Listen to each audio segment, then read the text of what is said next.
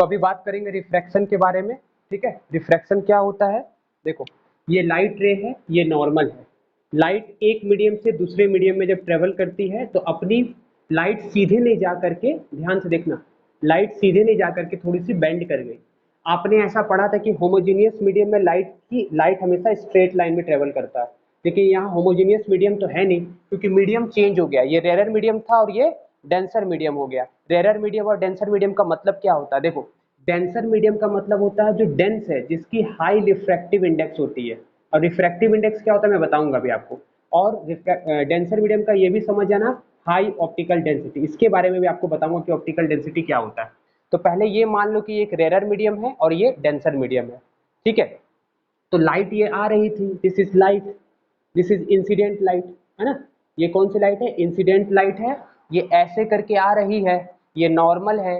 Normal के साथ जो एंगल बनेगा उसको एंगल ऑफ इंसिडेंस कहेंगे। लाइट सीधे नहीं आ करके लाइट थोड़ी सी बेंड कर गई, ये बेंडिंग फिनोमिना को ही क्या कहते हैं? रिफ्रैक्शन। ठीक है, तो मैंने ट्रिक बना दिया है आर डी। लाइट जब भी रेयर मीडियम से डेंसर मीडियम में आएगी, आर डी नापास मीन्स नॉर्मल के पास आ जाएगी। तो नॉर्मल कौन सा था बताओ? ये वाला नॉर्मल है। तो लाइट सीधे नहीं जा करके नॉर्मल के पास आ गई। तो this is the rule, that is whenever light comes from rare medium to denser medium it bends toward normal. क्यों? इसका कारण मैं बताऊंगा, कॉज ऑफ रिफ्रैक्शन आपको थोड़ी देर में बाद बताऊंगा। ठीक है, क्यों होता है ऐसा।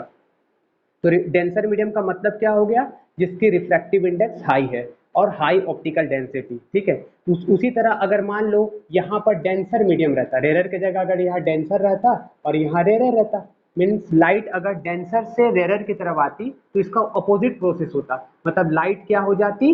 लाइट नॉर्मल से दूर हो जाती। ठीक है, लाइट जैसे सीधे आती, अगर वही मीडियम रहता तो सीधे आ जाती। क्योंकि मीडियम चेंज हो रहा है तो लाइट क्या होगी? लाइट नॉर्मल से दूर हो जाएगी, लाइट सीधे नहीं आएगी, लाइट बेंड करेगी। लाइट के बेंड करने का दो तरीका है, या तो इधर बेंड करे या तो इधर बेंड करे। इस साइड बेंड करेगी। क्यों करेगी उसका कारण मैं आपको बताऊंगा, बस अभी इतना जान लो कि ये लाइट बेंड करेगी इस साइड। और ये जो एंगल नॉर्मल के साथ एंगल बना, उसको कहते हैं, ये एंगल कहलाता है एंगल ऑफ रिफ्रैक्शन। उसी तरह ये एंगल को क्या कहते हैं? इंसिडेंट रे जो एंगल बनाती है इसको एंगल ऑफ इंसिडेंस कहते हैं। अब देखो, ऑप्टिकल डेंसिटी को कभी भी डेंसिटी से रिलेट मत करना। ऑप्टिकल डेंसिटी जो होता है वो डेंसिटी नहीं है। डेंसिटी का फॉर्मूला क्या पढ़े थे? Mass upon volume. लेकिन ऑप्टिकल डेंसिटी जो टर्म है ना, ऑप्टिकल डेंसिटी को आप ऐसे समझ लो, it is defined as a ratio of light of speed in vacuum to that of medium. ठीक है, ऑप्टिकल डेंसिटी का मतलब क्या होता है? Ratio of speed of light in, मतलब इस कंसेप्ट में समझो इसको। आप ऐसे नहीं बोल सकते मास अपॉन वॉल्यूम, नहीं। Density is equal to mass upon volume होता है। इसका मतलब होगा ratio of speed of light. जैसे दो मीडियम है, ये मान लो वैक्यूम है और ये मान लो कोई मीडियम है, वाटर है मान लो। ठीक है, तो लाइट की स्पीड यहाँ जितनी रहेगी जरूरी थोड़ी उतनी रहेगी। यहाँ कितनी रहती है? 3 इंटू 10⁸ लेकिन जब लाइट अपनी मीडियम को चेंज करे तो उसकी स्पीड भी चेंज हो जाती है। इसका भी कारण आपको बताऊंगा मैं। ठीक है, स्पीड चेंज हो जाती है। बस आप ये याद रखना कि ऑप्टिकल डेंसिटी और डेंसिटी सेम नहीं होता है। Density mass by volume, optical density को ratio of speed of light to that of medium. अच्छा, when angle of incidence is equal to zero, मतलब ये एक सेपरेटिंग मीडियम है, इंटरफेस है, ये एक नॉर्मल है। नॉर्मल मतलब इस प्लेन के नॉर्मल। लाइट ऐसे आ रही थी, इंसिडेंस एंगल जीरो हो गया, कहने का मतलब लाइट सीधे आ गई। इसी पर अगर आ जाएगी लाइट ऐसे, तो एंगल ऑफ इंसिडेंस का वैल्यू कितना हो गया? जीरो, क्योंकि कुछ एंगल बने ही नहीं है ना। तो लाइट जब सीधे ऐसे आएगी तो लाइट सीधे ही चले जाएगी, मीन्स एंगल ऑफ रिफ्रैक्शन भी क्या होता है? जीरो। ठीक है, फर्स्ट लॉ ऑफ रिफ्रैक्शन क्या है? इंसिडेंट रे रिफ्लेक्टेड रे, है ना। इंसिडेंट रे रिफ्रैक्टेड रे, कौन सा रे? रिफ्रैक्टेड रे, है ना। और तुम्हारा normal, all line same plane, एक ही प्लेन में लाई करते हैं तीनों। ठीक है, सेकंड लॉ क्या है? सेकंड लॉ ऑफ रिफ्रैक्शन है, ठीक है, सेकंड लॉ ऑफ रिफ्रैक्शन है स्नेल्स लॉ। तो स्नेल्स लॉ क्या कहलाता है? देखो, Snell's law means sine i by sine r is equal to mu two by mu one. इसको एक बार समझ लेते हैं, sine i by sine r क्या होता है। ठीक है, देखो स्नेल्स लॉ को एक बार समझ लो कि क्या होता है। जैसे मान लो दो मीडियम है ना, ये इंटरफेस है, ये मीडियम वन है और ये मीडियम टू है। मतलब यहाँ एयर है और यहाँ वाटर, इसका इंटरफेस है ये, ऐसा कुछ। ठीक है, और ये तुम्हारा नॉर्मल हो गया। लाइट ऐसे आ रही है, दिस इज इंसिडेंट रे, तो ये जो एंगल बनाएंगे एंगल ऑफ इंसिडेंस होगा। अब लाइट मान लो रेरर से डेंसर आ रही है, ये मीडियम मैं मान रहा हूँ कि रेरर है, मतलब रेरर मतलब जिसकी रिफ्रैक्टिव इंडेक्स कम, ठीक है, रिफ्रैक्टिव इंडेक्स जिसकी कम होती है उसको रेरर मीडियम कहते हैं, जिसकी रिफ्रैक्टिव इंडेक्स ज़्यादा होती है उसको डेंसर मीडियम कहते हैं।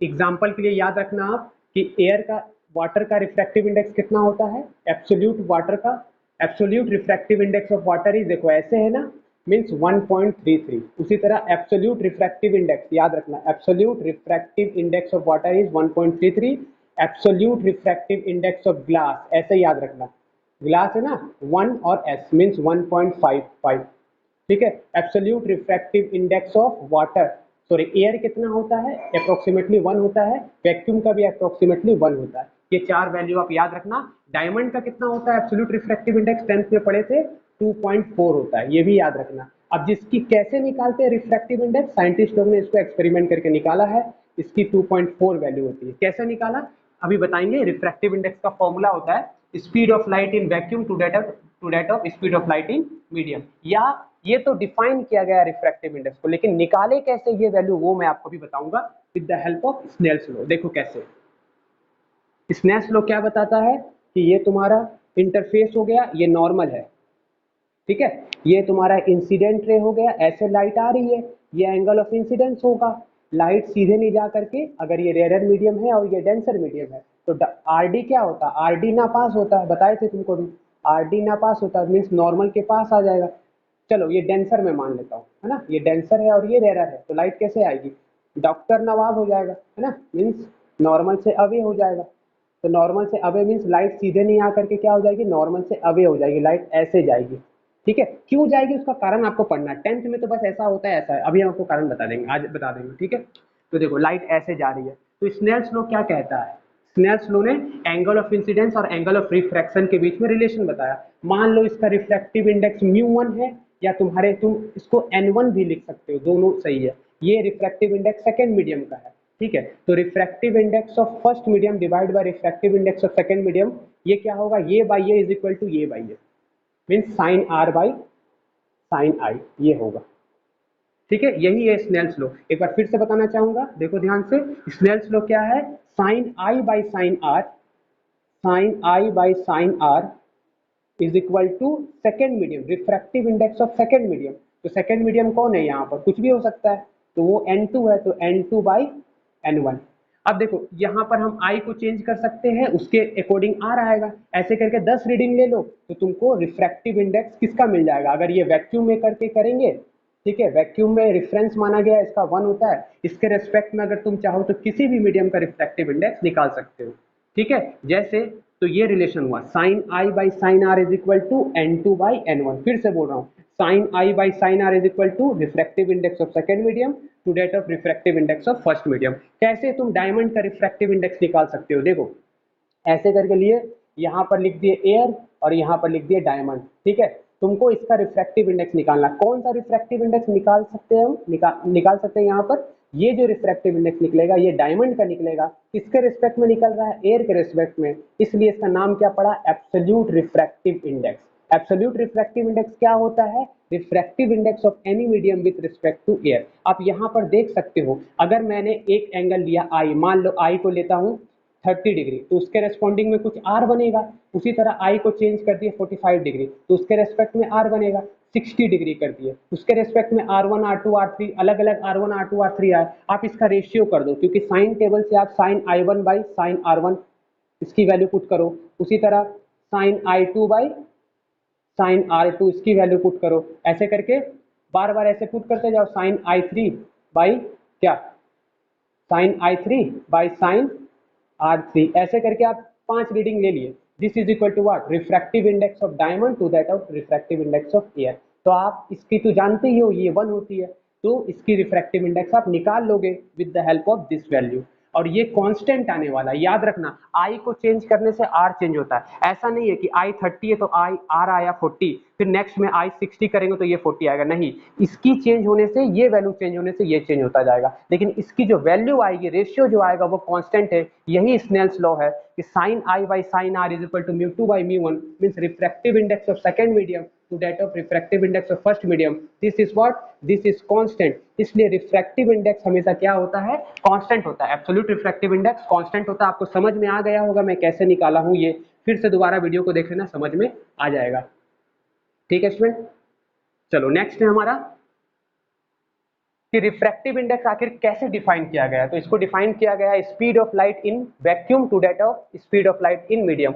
जैसे अगर एक मीडियम है, ठीक है, ये मान लो वाटर है, ठीक है, तो यहाँ पर रिफ्रैक्टिव इंडेक्स को हम ऐसे भी निकाल सकते हैं, ये एयर है तो स्पीड लाइट की कितनी होती है यहाँ पर 3 × 10⁸. अब लाइट यहाँ पर आएगी तो स्पीड थोड़ी कम ज्यादा हो जाएगी. ठीक है, क्यों कम ज्यादा होगी अब मैं तुमको बता रहा हूँ. देखो ध्यान से, क्यों रास्ता चेंज करती है.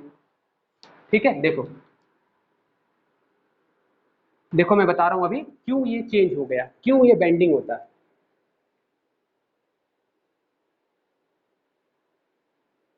ये मान लो एयर है, यहां से यहां तक मैंने लिया 10 सेंटीमीटर थिकनेस है ना. अब यहां पर मान लो वाटर है, यहां पर मान लो ग्लास है और यहां पर मान लो वाटर है, ऐसा कितने सेंटीमीटर तक. ठीक है, अब लाइट इसमें से इसमें ट्रेवल कर रही है, बताओ किसकी रिफ्रैक्टिव इंडेक्स ज्यादा है. ग्लास की कितनी होती है GLASS, तो ग्लास मतलब रिफ्रैक्टिव इंडेक्स कितना हो गया 1.5. वाटर की रिफ्रैक्टिव इंडेक्स कितनी होगी 1.33. तो जिसकी रिफ्रैक्टिव इंडेक्स ज्यादा उसको क्या बोलते हैं डेंसर मीडियम. यानी ये हो गया हमारा डेंसर मीडियम और ये हो गया हमारा रेयर मीडियम. ठीक है, और ये था क्या वाटर और ये था क्या ग्लास. ठीक है, अब देखो लाइट इसके अंदर ट्रेवल कर रही है. ठीक है, मैं ऐसा मान रहा हूं कि ये इंटरफेस है, लाइट यहां से यहां ट्रेवल की इतना डिस्टेंस. ठीक, तो ये डेंसर टू रेयर है. तो डॉक्टर क्या बताए थे, डॉक्टर नवाब बताए थे, मीन्स नॉर्मल से अवे हो जाएगी. ठीक है, तो लाइट ऐसे नहीं आ करके नॉर्मल से अवे हो जाएगी. नॉर्मल ये है, लाइट ऐसे जाएगी. क्यों ऐसा क्यों हुआ, तो देखो लाइट की यहां पर कुछ स्पीड थी, मान लो स्पीड थी x. ठीक है, तो आपको हम क्या बताए थे कि रिफ्रैक्टिव इंडेक्स से स्पीड क्या होता है इनवर्सली प्रोपोर्शनल होता है. याद रखना, रिफ्रैक्टिव इंडेक्स और स्पीड आपस में इनवर्सली प्रोपोर्शनल होता है. मतलब जिसकी रिफ्रैक्टिव इंडेक्स ज्यादा होगी उसमें स्पीड लाइट की क्या हो जाएगी कम हो जाएगी. जिस मीडियम की रिफ्रैक्टिव इंडेक्स ज्यादा होगी उसमें लाइट की स्पीड क्या हो जाएगी कम हो जाएगी. तो इसकी रिफ्रैक्टिव इंडेक्स देखो, यहाँ पर रिफ्रैक्टिव इंडेक्स क्या है 1.5 है और यहाँ पर 1.3 है. मतलब यहाँ पर लाइट की स्पीड क्या हो जाएगी बढ़ जाएगी, स्पीड बढ़ जाएगी. स्पीड क्यों बढ़ जाएगी लाइट की, क्योंकि यहाँ रिफ्रैक्टिव इंडेक्स क्या है, रिफ्रैक्टिव इंडेक्स कम है. याद रखना, फिर से बोल रहा हूँ, रिफ्रैक्टिव इंडेक्स कम स्पीड ज्यादा, रिफ्रैक्टिव इंडेक्स ज्यादा स्पीड कम. ठीक है स्टूडेंट, तो रिफ्रैक्टिव इंडेक्स यहाँ पर देखो कम हो गया है तो स्पीड क्या हो जाएगा बढ़ जाएगा. अब क्योंकि वायलेशन नहीं होनी चाहिए लॉ को कि एक सेकंड में मान लो इसने एक सेकंड में इसने 10 सेंटीमीटर कवर किया है तो नेक्स्ट एक सेकंड में इसे 10 ही सेंटीमीटर कवर करना है. ठीक है, ध्यान से सुनो, ये लाइट ने यहां से यहां तक एक सेकंड में 10 सेंटीमीटर कवर किया है तो नेक्स्ट एक सेकंड में 1 ही सेंटीमीटर लाइट को कवर करना है. तो इसके लिए हम क्या देख रहे हैं कि लाइट की तो स्पीड बढ़ चुकी है क्योंकि ये डेंसर नहीं है, पार्टिकल्स दूर दूर है तो लाइट की स्पीड बढ़ गई है. अगर ये यहीं से ऐसे जाता तो जल्दी निकल जाता क्योंकि स्पीड ऑलरेडी बढ़ चुकी है. इसलिए ये पार्टिकल्स जो लाइट के पार्टिकल्स क्या होते हैं लंबा रास्ता ट्रेवल करते हैं, मीन्स अपने आप को वो लॉ का वायलेशन नहीं होने देते हैं कि एक सेकंड में 10 सेंटीमीटर लाइट ने कवर किया तो नेक्स्ट एक सेकंड में 10 ही सेंटीमीटर कवर करेगा, है ना. ये 10 ही सेंटीमीटर कवर करेगा मीन्स अपनी रास्ता को डेविएट करके सेम टाइम में बाहर निकलेगा. ठीक है, यही कॉन्सेप्ट है. और दूसरा कॉन्सेप्ट तुम ऐसे भी समझ सकते हो कि लाइट को मोड़ता कौन है. ये लाइट जो ऐसे जा रही थी ये मोड़ने का काम कौन करता है, ये इसके अंदर के छोटे छोटे पार्टिकल्स, क्योंकि लाइट खुद एक पार्टिकल्स है. याद रखना, लाइट के अंदर छोटे छोटे लाइट के पार्टिकल्स होते हैं और ये एक मटेरियल है तो मटेरियल के अंदर भी कुछ पार्टिकल्स होगा. तो ये लाइट के पार्टिकल्स की कुछ साइज होगी नैनोमीटर में, है ना, बहुत छोटी छोटी साइज होती है. उसी तरह इस मटेरियल की भी कुछ ना कुछ साइज होगी पार्टिकल्स के. ठीक है, तो दोनों एक दूसरे से टकराएंगे तो क्या होगा थोड़ा सा डेविएशन हो जाता लाइट का. यही रिफ्रैक्शन का फिनोमिना है ना. अब यहाँ पर बताओ रेयर मीडियम है ना तो पार्टिकल थोड़ा दूर दूर है, मतलब स्पेसिंग है, ज्यादा मोड़ नहीं पाएगा, आराम से ये इस साइड से चला गया. अगर मान लो डेंसर रहता है ना, डेंसर रहता बहुत ज्यादा घनत्व ऐसा रहता डेंस रहता ये मटेरियल तो क्या होती ये लाइट इससे टकरा करके इस साइड बेंड हो जाती. या तुम इसको स्पीड के टर्म में समझ लो, ज्यादा आसान है. एक बार लास्ट बार फिर से बता दे रहे हैं, देख लो ताकि तुम्हें ये सब चीज याद हो जाए. मैं क्या बोल रहा हूँ, ये ऐसा कवर है, ये 10 सेंटीमीटर है. एक सेकंड में लाइट ने 10 सेंटीमीटर डिस्टेंस ट्रेवल किया है.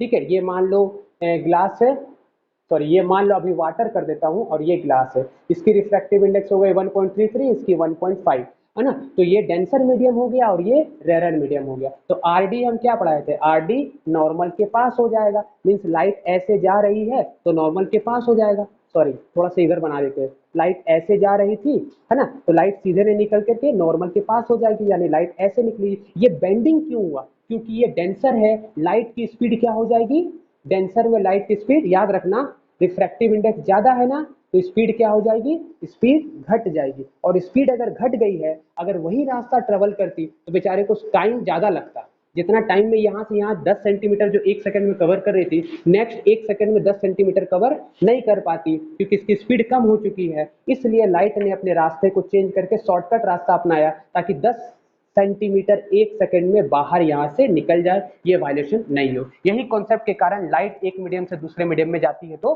बेंड हो जाती है। नेक्स्ट है यहाँ पर वही कि रिफ्रैक्टिव इंडेक्स स्पीड का इनवर्सली प्रोपोर्शनल होता है। वेवलेंथ में क्या रिलेशन है, देखो लाइट क्या है, लाइट एक वेव है, और लाइट वेव है मींस लाइट की वेवलेंथ होती है, ठीक है, क्रेस्ट से क्रेस्ट के बीच का डिस्टेंस वेवलेंथ। तो लाइट की जो वेवलेंथ है ना, स्पीड, अब देखो स्पीड जो रहेगा, हम क्या जानते थे, mu is equal to c by lambda, ये जानते थे हम। तो आप देखो, अब यहाँ पर देखो mu is equal to c by lambda, हमने वेव इक्वेशन में पढ़ा था, इसको क्या बोलते थे, इसको हम बोलते थे फ्रीक्वेंसी, है ना, और ये क्या था स्पीड, और ये क्या था वेव की वेवलेंथ। तो आप देखो सी इज इक्वल टू क्या हो जाएगा, लैम्डा म्यू। तो यहाँ पर c is directly proportional to lambda है, मतलब जो स्पीड होगी वही वेवलेंथ होगी। कहने का मतलब mu two by mu one is equal to v one by v two is equal to lambda one by lambda two. Frequency light की कांस्टेंट रहती है, कहने का मतलब लाइट एक मीडियम से दूसरे मीडियम में जब ट्रेवल करती है, यहां से यहां लाइट जब ट्रेवल करेगी तो उसकी फ्रीक्वेंसी में कोई चेंज नहीं आता। फ्रीक्वेंसी मीन्स क्या समझ रहे हो, है ना, उसके पार्टिकल्स का वाइब्रेशन चेंज नहीं होता, पार्टिकल्स एक दूसरे से जब मूव करती है तो फ्रीक्वेंसी में कोई चेंज नहीं होता है। तो फ्रीक्वेंसी कांस्टेंट रहेगा तो क्या हो गया, ये अगर तुम्हारा कांस्टेंट रह गया mean c is directly proportional to lambda, ठीक है। तो तुम क्या लिख सकते हो, c one is equal to lambda one, c two is equal to lambda two, है ना, ये कांस्टेंट है, इसलिए यहाँ पर ये रिलेशन दे दिया गया। इसका मतलब क्या है, एक बार लास्ट बार बता रहे, देखो इस इक्वेशन का मतलब है कि लाइट एक मीडियम से दूसरे मीडियम में जब ट्रेवल करती है, ठीक है, तो ये सेकंड मीडियम है तो n2 होगा, ये फर्स्ट मीडियम है तो n1 होगा, ठीक है। लाइट की यहाँ जो स्पीड होगी वो कहलाएगी v1, और लाइट की जो स्पीड यहाँ होगी वो क्या कहलाएगी v2। अब ये बेंडिंग जो इधर उधर होना वो डिपेंड करता है कि मीडियम कैसा है, और मीडियम डिपेंड करता है कि रिफ्रैक्टिव इंडेक्स कैसा है। मान लो ये वाटर है तो 1.33, ये ग्लास है तो 1.5, आर डी हो गया, आर डी नॉर्मल के पास लाइट ऐसे आएगी, ठीक है। तो ये क्या बताएगा, ये v1 स्पीड हो गया इस लाइट की, ये v2 स्पीड हो गया, मतलब स्पीड, ये किसकी स्पीड है, ये लाइट की स्पीड है, याद रखना, ये लाइट की स्पीड है, इसमें मतलब इसकी स्पीड थोड़ी होती है। This v1 gives speed of light in medium one, v2 is what, speed of light, है ना, v2 क्या है, speed of light in medium two, इसमें। और लैम्डा वन क्या है, वेवलेंथ ऑफ लाइट, लाइट की वेवलेंथ, क्योंकि लाइट ही तो ट्रेवल कर रहा है ना, wavelength of light in medium one, wavelength of light in medium two. Lambda, अच्छा, रिफ्रैक्टिव इंडेक्स किस पे डिपेंड करता है, हायर लेवल में पढ़ोगे, बस खाली इंफॉर्मेशन जान लो। Nature of the medium, medium कैसा है, उसका नेचर कैसा है, डेंस है, ऑप्टिकली डेंस है, क्या है। वेवलेंथ ऑफ लाइट पे भी डिपेंड करता है, देखो इनवर्सली प्रोपोर्शनल है, वेवलेंथ ऑफ लाइट पे इनवर्सली प्रोपोर्शनल है, याद रखना। रिफ्रैक्टिव इंडेक्स देख लो उल्टा है, यहाँ 2 है तो यहाँ 1 है, यहाँ 1 है तो यहाँ 2, इसलिए इनवर्सली प्रोपोर्शनल है। टेम्परेचर पे भी रिफ्रैक्टिव इंडेक्स चेंज होता है, यानी कांस्टेंट टेम्परेचर पे साइंटिस्ट ने एब्सोल्यूट रिफ्रैक्टिव इंडेक्स निकाला है। एब्सोल्यूट रिफ्रैक्टिव इंडेक्स जो डायमंड का था 2.4, वो चेंज हो सकता है विद रिस्पेक्ट टू टेम्परेचर, याद रखना, ठीक है। फिर नेचर ऑफ द सराउंडिंग, जो उसके आसपास के जो सराउंडिंग उस पर भी डिपेंड करता है।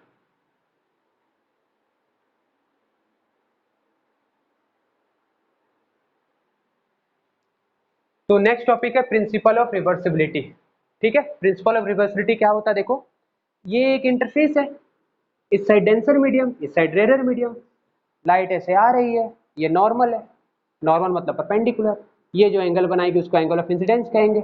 लाइट ऐसे आई, डॉक्टर है तो क्या होता है, डॉक्टर नवाब, यानी नॉर्मल से अवे हो जाएगी लाइट, तो लाइट सीधे नहीं आ करके नॉर्मल से अवे हो गई, दूर हो गई, तो ये एंगल ऑफ रिफ्रैक्शन। यहां पर अगर मैं मिरर रख दूं तो क्या होगा, लाइट इससे टकराएगी तो लाइट रिटर्न बैक होगी, तो लाइट इससे ऐसे गई और फिर ऐसे रिट्रेस बैक हो जाएगी। यही प्रिंसिपल ऑफ रिवर्सिबिलिटी है। प्रिंसिपल ऑफ रिवर्सिबिलिटी क्या है? जिस रास्ते से लाइट आई रिफ्रैक्ट की, अगर हम यहाँ मिरर रख देंगे तो लाइट उसी पाथ को रिट्रेस कर जाएगी, और इसको ही हम क्या कहते हैं? Principle of reversibility. Snell's law क्या था? इसमें अगर हम लगाएंगे स्नेल्स लॉ तो क्या लगेगा? Sine i by sine r is equal to refractive index of second medium, this is second medium and this is first medium. Refractive index of second medium to that of first medium means sin I by sin R is equal to n2 by n1, ऐसे लिख देना। इसको दूसरा तरीका क्या है? देखो यहाँ 2 है ना, यहाँ 2 लिख देना। इसको तुम चाहो तो यहाँ भी 1 करके कर सकते थे, यहाँ भी कर सकते थे, किसी बुक में ऐसा भी लिखा गया है, कोई दिक्कत नहीं है। सबका मतलब क्या है? Refractive index of 2 with respect to 1। फिर से सुनो, refractive index of 2 with respect to 1, n2 by n1। अगर मान लो अब लाइट यहां से जा रही है तो आप इस पाथ को देखो यहां से, तो आपको क्या दिखाई दे रहा है? अब ये वाला जो इंसिडेंस एंगल है, एक तरह से r लिखा है तो क्या लिखेंगे? Sine r by sine i is equal to n1 by n2, क्योंकि ये बाई ये इज इक्वल टू ये बाई ये। तो जब लाइट अगर हम मिरर रख दिए ऐसा तो ये r होगा, ये i है, mean sine r by sine i is equal to n1 by n2। तो इसको हम क्या लिख सकते हैं? n1 बाई n2 को ऐसे भी लिख सकते हैं, ऐसे भी लिख सकते थे, n1 बाई n2।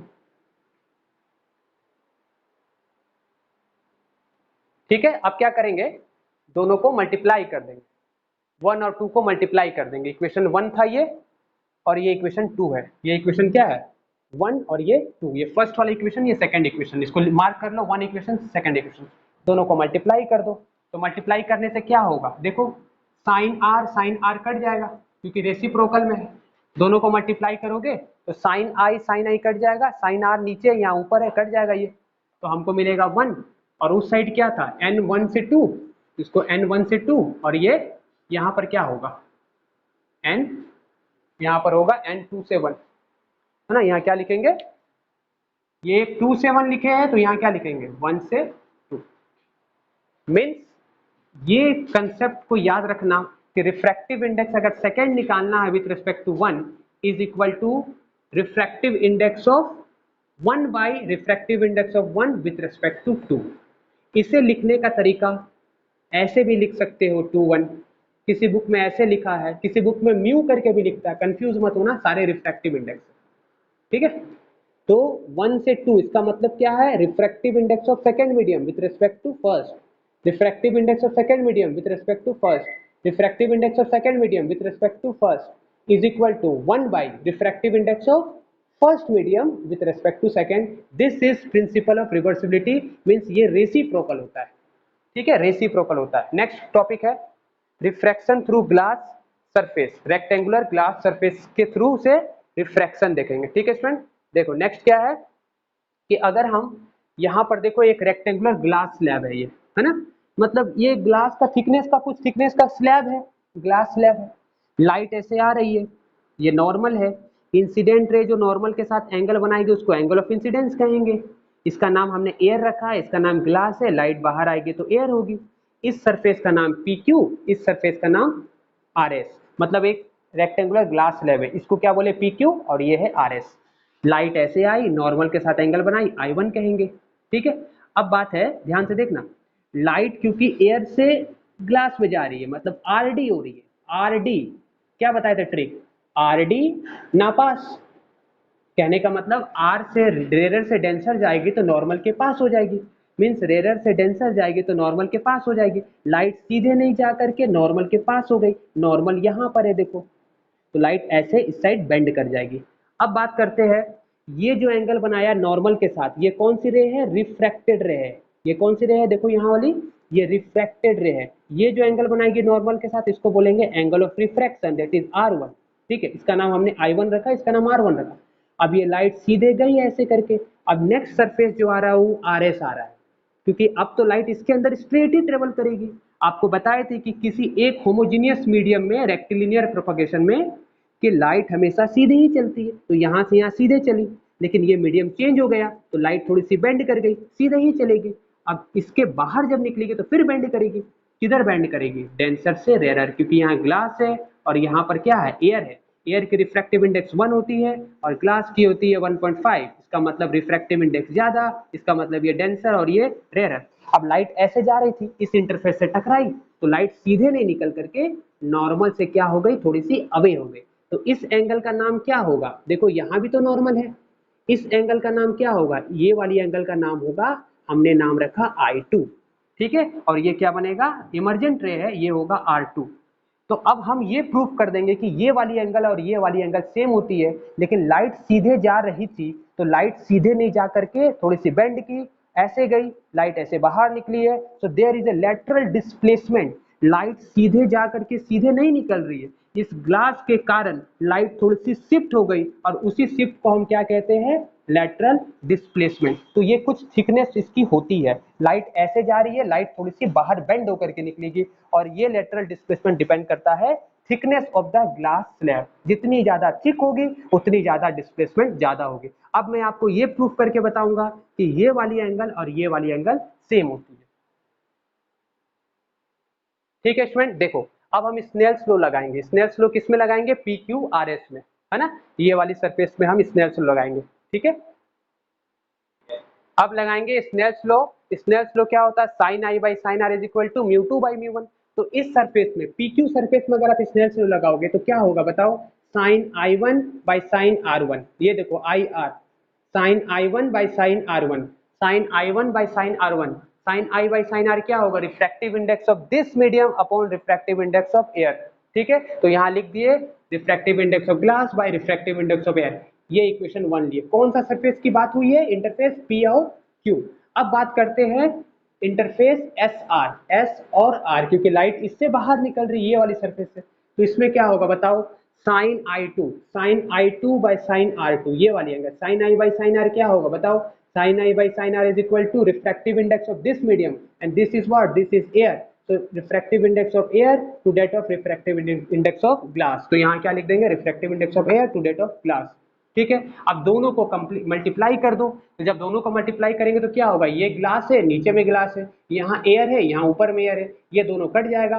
तो यहाँ क्या मिलेगा? एक साइड में 1, और ये वाला टर्म को हम एज इट इज लिख देंगे, मल्टीप्लाई करके इसको और इसको मल्टीप्लाई कर देंगे बीच में और लिख देंगे ऐसे। ये वाला टर्म को मल्टीप्लाई करेंगे तो क्या हो जाएगा? ग्लास ऊपर है, नीचे कट के 1 हो जाएगा। अब बात देखो, ये जो PQ है ये इसके साथ पैरेलल है। पैरेलल ग्लास स्लैब के बारे में, रेक्टेंगुलर ग्लास स्लैब का स्ट्रक्चर कैसा होता है? पैरेलल होता है। मींस PQ और SR आपस में क्या है? पैरेलल है। तो तुमने ऐसा पढ़ा था कि दो लाइन अगर पैरेलल होती है और एक ट्रांसवर्सल अगर ऐसा हो जाए, ठीक है, ये वाली ट्रांसवर्सल और ये नॉर्मल हो जाए, है ना? तो यहाँ पर क्या लिखा है देखो? PQ पैरेलल है SR से, PQ पैरेलल है SR से। ठीक है, तो I2 is equal to I1 होगा। I2 कहाँ है? I2 देखो ये वाला angle is equal to I2 is equal to R1, क्योंकि तुमको ये समझ में आ ही गया होगा। एक बार मैं बड़ा सा बना दे रहा हूँ डायग्राम, देख लो। ये दोनों पैरेलल है तो लाइन ऐसे बना दो। ये हो गया P, है ना? ये हो गया P। नोट्स आपको वीडियो के डिस्क्रिप्शन में मिल जाएगा। ठीक है, ये P और Q, ये लाइन बना दो ट्रांसवर्सल, ये ऐसे, है ना? ये ट्रांसवर्सल है ना? अब देखो I2, यानी यहाँ जो ये एंगल बनेगा और ये I2 कहलाएगा और ये R1 कहलाएगा, मतलब यहाँ वाला एंगल। ठीक है, क्योंकि ये दोनों लाइन पैरेलल है तो ये एंगल और ये एंगल क्या होगा? ट्रांसवर्सल है। तो अगर हम परपेंडिकुलर इस पर ड्रॉ किए, इस पर परपेंडिकुलर ड्रॉ किए, तो ये वाली एंगल और ये वाली एंगल आपस में क्या होगी? सेम होगी। तो इस एंगल का नाम क्या था? I2। तो यहाँ क्या लिख दिया आप? I2। और ये वाला एंगल का नाम क्या था? R1। तो आप I2 is equal to R1 आपने लिख दिया। एक बार फिर से देख लो, ये वाली एंगल और ये वाली एंगल दोनों पैरेलल है, ये ट्रांसवर्सल हो गया। ये एंगल और ये एंगल सेम होगी, है ना? ना, ये दोनों एंगल क्या होगी? सेम होगी। ठीक है, ये लाइट ऐसे करके जा रही थी, लाइट ऐसे मुड़ गई, ये ऐसे करके था और ये ऐसे करके था। ठीक है ना? तो कौन से एंगल की बात हो रही है? ये वाली एंगल और ये वाली। इस एंगल का नाम क्या दिया हूं मैं? I2, और ये क्या था? R1, नॉर्मल के साथ। Means I2 is equal to R1। अब इसमें पुट कर दो, I2 की जगह क्या पुट कर दोगे? R1। तो ये क्या हो जाएगा? R1 पुट कर दिए तो ये और ये कट गया। Means sine I1 by sine R2 is equal to 1, है कि नहीं? Sine I1 by sine R2 is equal to 1 मिलेगा। तो आगे हम सॉल्व करेंगे तो हमको क्या मिल गया ये बताओ? अगर इसको हम आगे सॉल्व कर देंगे तो हमको ये मिलेगा, ये दोनों तो कट चुका है यानी ये दोनों गया, mean sine I1 upon sine R2, sine R2 is equal to 1। तो इसका मतलब क्या हो, क्रॉस कर दो, sine I1 is equal to sine R2, sine sine cancel, cancel नहीं होगा, मीन्स दोनों एंगल इक्वल कब हो सकता है, दोनों साइन ही फंक्शन है, इसका मतलब I1 is equal to R2। What is I1 and what is R2, बताओ। I1 क्या था, ये वाली एंगल, और R2 क्या था, ये वाली एंगल, यानी ये एंगल और ये एंगल सेम होता है। याद रखना, बहुत इंपॉर्टेंट क्वेश्चन है, रेक्टेंगुलर ग्लास स्लैब में ये एंगल और ये एंगल सेम होता है, लेकिन there is a lateral displacement, light ऐसे जा करके सीधे नहीं निकली है, लाइट ऐसे जा करके सीधे नहीं निकली, लाइट ऐसे जा करके मुड़ करके ऐसे निकल रही, there is a lateral shift, lateral displacement, and this lateral displacement depends on the thickness of the glass slab. Okay, student?